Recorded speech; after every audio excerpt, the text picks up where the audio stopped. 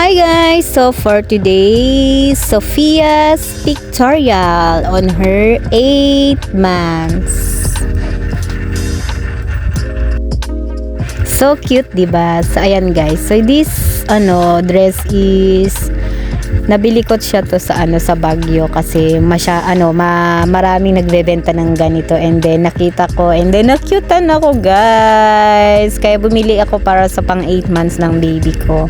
So this is the result. So lang siya, simpleng pictorial lang kasi aalis nga ako pa Manila, kaya ganito mag-advance pictorial ang baby ko para maipupos ang mama pagdating sa Manila.